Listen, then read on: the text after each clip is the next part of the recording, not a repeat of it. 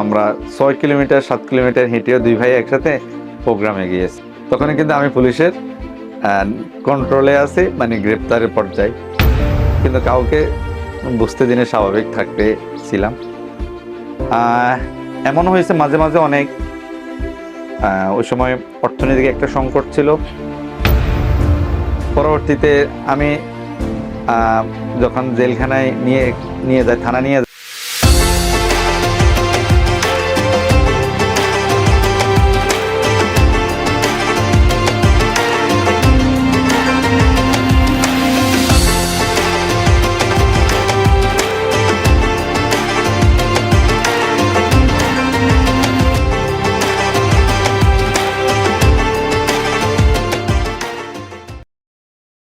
সুপ্রিয় দর্শক মন্ডলী, আসসালামু আলাইকুম।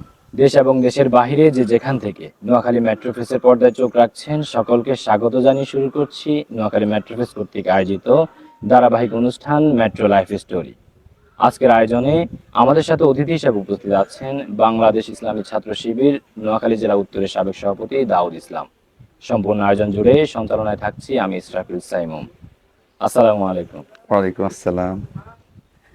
নোয়াখালী মেট্রোপ্রেসের পরিবারের পক্ষ থেকে আপনাকে আন্তরিক ধন্যবাদ আমাদেরকে সময় দেওয়ার জন্য। ধন্যবাদ আপনাকে এবং আপনার নোয়াখালী মেট্রো প্রেসের পরিবারকে, সাথে সাথে আপনাদের সকল শ্রোতা দর্শক মণ্ডলীকেও আমার পক্ষ থেকে আন্তরিক ধন্যবাদ। কেমন আছেন? আছি আলহামদুলিল্লাহ। আপনারা ভালো আছেন? জি আলহামদুলিল্লাহ, শুকরিয়া জ্ঞাপন করছি। আচ্ছা, আমরা সরাসরি আমাদের মূল পর্বে চলে যাই। আমাদের আজকের বিষয় হচ্ছে রাজনৈতিক আলাপচারিতা। আমরা আমাদের অতিথিদেরকে ডাকি এবং তাদের জীবন সম্পর্কে জানি, বিশেষ করে যারা রাজনীতির সাথে সম্পৃক্ত আছে, বর্তমান রাজনীতির সাথে যারা কানেক্টেড, তাদের সাথে আমরা বসি এবং তাদের জীবন সম্পর্কে আমরা জানি এবং আমাদের দর্শকদেরকে জানাই। যে আপনার পরিচয় এবং শিক্ষা জীবন সম্পর্কে যদি আমাদেরকে বলতেন। ধন্যবাদ আপনাকে। আমার নাম দাউদ ইসলাম, বাড়ি সেনবাগ উপজেলায়। শিক্ষা জীবন ক্লাস 1 থেকে দাখিল পর্যন্ত কল্যাণদী মাদ্রাসাতে পড়েছে। আলিম ফাজিল সেনবাগ ফাজিল মাদ্রাসাতে শেষ করেছে। অনার্স করেছে নোয়াখালী সরকারি কলেজ থেকে। এখন মাস্টার্স চলমান আছে আন্তর্জাতিক ইসলামী বিশ্ববিদ্যালয়। আপনি কোন ঘটনা বা কোন ব্যক্তির মাধ্যমে সংগঠনে এসেছেন? আমি আসলে 2012 সালে ছাত্র শিবিরকে জানতে শুরু করেছি। ঠিক আছে। খুব ছোটবেলা থেকেই আমাদের গ্রামটা ছিল আওয়ামী বলয়ের মধ্যে দিয়ে। যখন ক্লাসে যেতাম মাদ্রাসায়, তখন শিবিরের ভাইদেরকে দেখতাম, তারা ছোটদের সাথে খুব সুন্দর আচরণের মাধ্যমে তাদের মেধা নৈতিকতা দিয়ে যে একটা আদর্শিক প্রমাণ রেখেছেন, সেটা আমাকে আকর্ষণ করত। পাশাপাশি আমাদের যে দুজনের কথা বলতে হয়, রাকিব ভাই এবং আতিক ভাই, তাদেরকে দেখেই সংগঠনে অনুপ্রাণিত হওয়া। আমি আসলে ছোটবেলা থেকে পড়াশোনার প্রতি খুব বেশি আগ্রহ ছিলাম না। বন্ধুদের সাথে দুষ্টামিতে ক্লাস ফাঁকি দেওয়া, সারাদিন খেলার মাঠে পড়ে থাকা, রাত হলে খেলা দেখা, ব্যস্ত থাকা। আমার মনে হয় না আমি খুব বেশি ক্লাসে গেছি, ক্লাস 6 থেকে 8 পর্যন্ত। যখনই আস্তে আস্তে দায়িত্বশীলরা আসে মোটিভেশন দিতেন, যখনই ক্যারিয়ার সম্পর্কে নিজের জীবনকে গঠন করার জন্য এই আদর্শিক জ্ঞানগুলো যখন দায়িত্বশীলরা দিতেন, তখন আরও বেশি আকর্ষিত হয়েছে। পরবর্তীতে আসলে নিজের জীবনকে উপলব্ধি করতে শুরু করেছে এই দায়িত্বশীলদের মাধ্যমে। এখানে একজনের কথা না বললে নয়, সেটা হচ্ছে আমার আম্মু। আমার আম্মু আমাকে কিভাবে গঠন করা যায় এই জন্য দায়িত্বশীলদের সাথে সবসময় যোগাযোগ করতেন, করে দায়িত্বশীলদের কাছে আমার নামে নালিশ দিতেন, যে তখন দায়িত্বশীলরা এসে আরও বেশি গাইড দিতেন। এর মাধ্যমে আসলে শিবিরের সাথে সম্পৃক্ত হওয়া। আরও একটু ঘটনা মনে পড়ে, আমার নানার বাড়িতে একটা স্টিকার লেখা ছিল, বাংলাদেশের প্রান্ত হতে সালাম জানা হেরাসুল, নিচে বাংলাদেশ ইসলামী ছাত্র শিবির লেখা ছিল। সেই ছোটোবেলা থেকে এটা নানার বাড়িতে গেলে দরজার মধ্যে লেখা থাকতো। এটা পড়তে পড়তে পড়তে আসলে শিবির সম্পর্কে একটা ভালোবাসা তৈরি হয়ে গেছে। এইভাবে করে আসলে ইসলামী ছাত্র শিবিরে আসা। আপনার রাজনৈতিক জীবনের সবচেয়ে স্মরণীয় মুহূর্ত কোনটি? স্মরণীয় মুহূর্ত বলতে একটাকে তো বলা যায় না, অনেকগুলো স্মরণীয় মুহূর্ত আছে যেগুলো আমার জীবনের সাথে জড়িত। মাঝে মাঝে এগুলো নিয়ে অনেক বেশি নিজেকে ইমোশনালি হয়ে যায়। প্রথমত হচ্ছে 2017 সালে যখন আমি আলিম পরীক্ষার্থী ছিলাম, তখন একটা প্রোগ্রাম থেকে আমাদেরকে গ্রেপ্তার করে নিয়ে যায়। তো সেখানে আমার ছোট ভাইও ছিল, সেও শিবিরের সাথী ছিল। তো কারাগারে যাওয়ার পরে এখানে অনেক ঘটনা আছে, সংক্ষেপ করছি। আম্মু যখন কারাগার জেল গেটে দেখতে আসবেন, তখন আগে ছোট ভাইকে বলে দিলাম যে আম্মুর সামনে কান্নাকাটি করা যাবে না, স্বাভাবিক থাকতে হবে। তখন আম্মু আসি, তো আসলে মায়েরা তো খুব বেশি ইমোশনাল হয়ে যায়। আসি জেল গেটে একটু কান্নাকাটি করতেছে, তা আমি হাসতেছি নিজেকে কন্ট্রোল করে। ছোট ভাই কান্না করে দিছে। তখন মনে পড়ে ছোট ভাইকে খুব জোরে একটা সিমটি দিয়েছি যে কান্না করা যাবে না। তো পরবর্তীতে আসি বলে, ভাইয়া এত জোরে সিমটি দিয়েছেন, খুব বেশি ব্যথা পেয়েছি। আর আমরা আসলে দুই ভাই সংগঠন যখন করতাম, একসাথে প্রোগ্রাম দিতে যেতাম। হয়তো এমন হয়তো যে আমি আগে দিই, ঘুম থেকে উঠে নামাজ পড়ে প্রোগ্রামের দিকে আগে হেঁটে চলে যেতাম। পরবর্তীতে বলতাম, তুমি আসতে দিলে আসো, না হয় আব্বু আম্মু শুনলে বকা দিবে।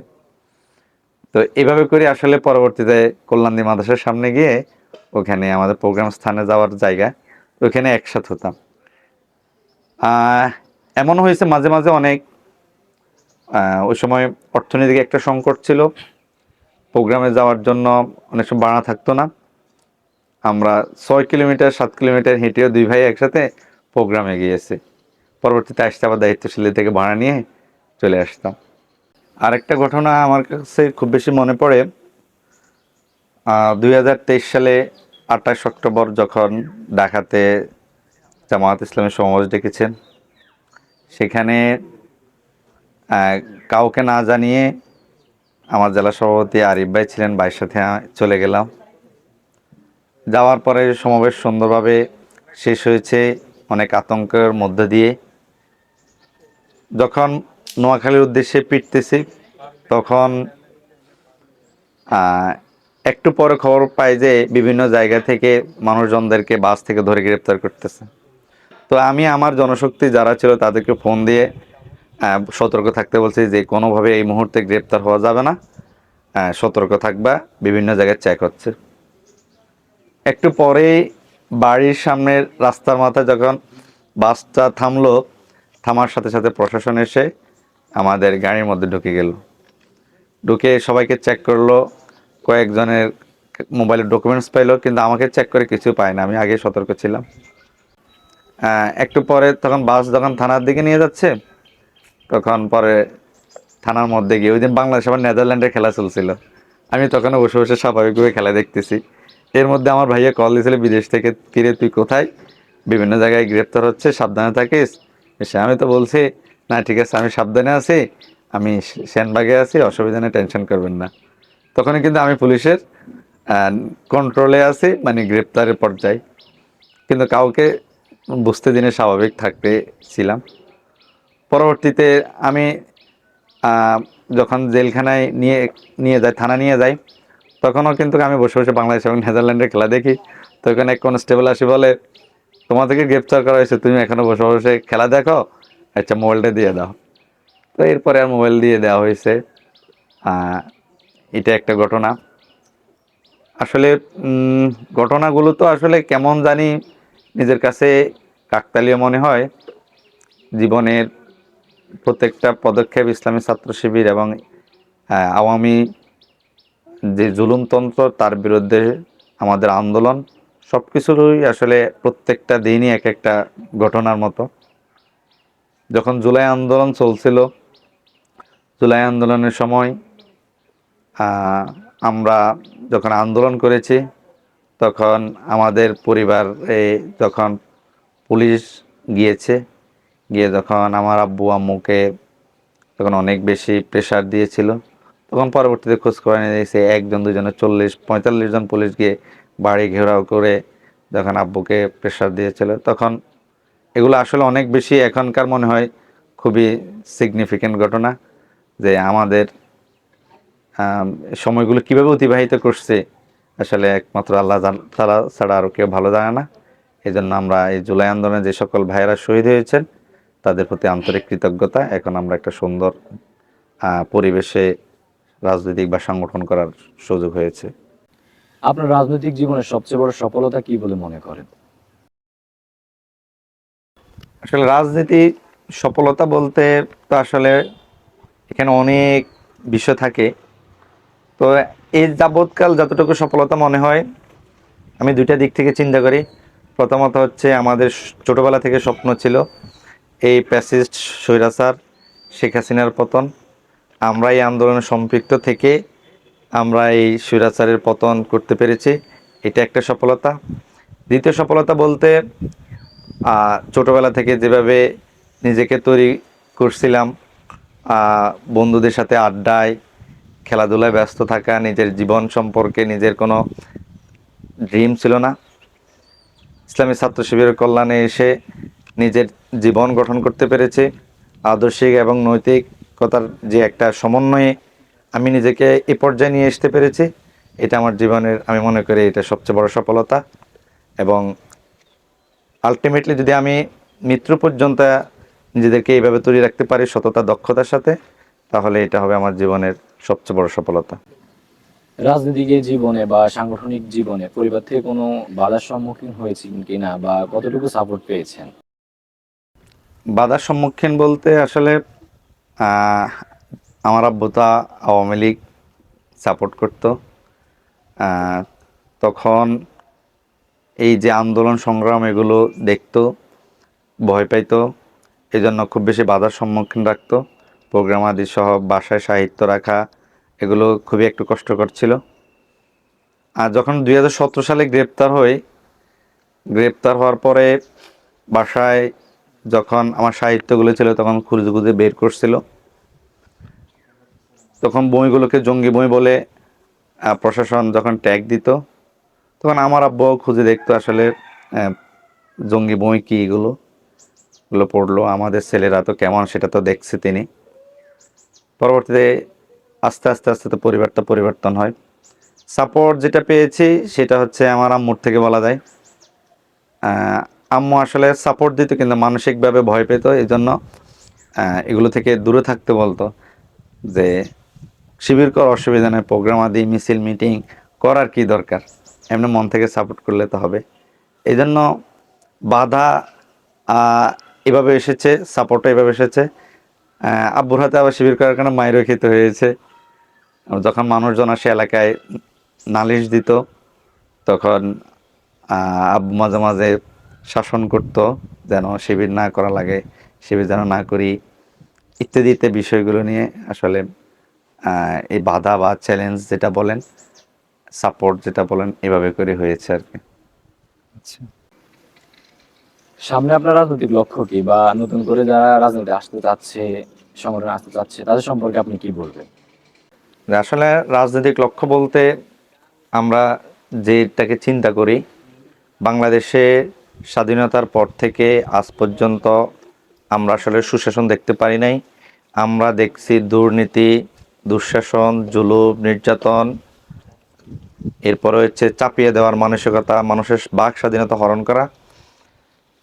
আমরা এমন একটা বাংলাদেশ দেখতে চাই যেখানে মানুষের বাক স্বাধীনতা হরণ করতে পারবে না, মানুষ চাইলে তার খুশি মতো তার যেটা অধিকার সেটার জন্য সে লড়াই করতে পারবে।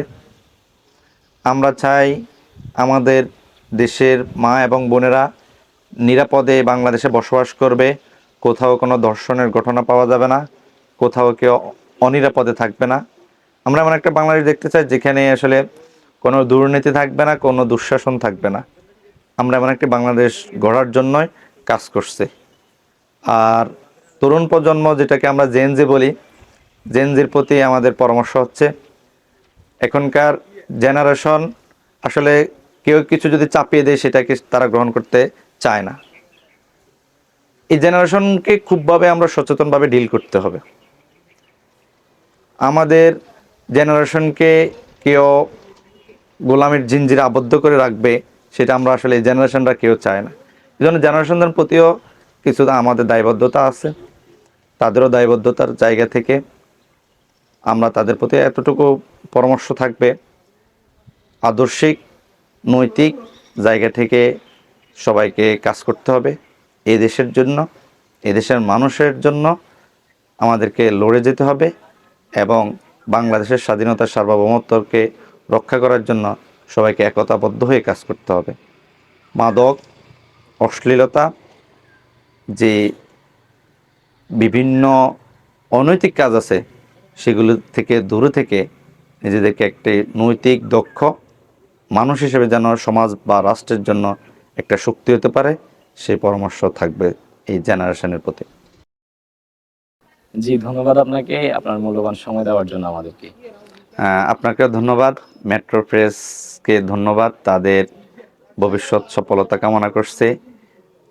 সাংবাদিকতার যে বস্তুনিষ্ঠ সংবাদ, আমরা যেটাকে বলে জাতির বিবেক, আপনারা সে জাতির বিবেক হয়ে সমাজের খুঁটিনাটি যে সমস্যাগুলো আছে সেগুলো জাতির সামনে তুলে ধরবেন, এ প্রত্যাশা রাখছে।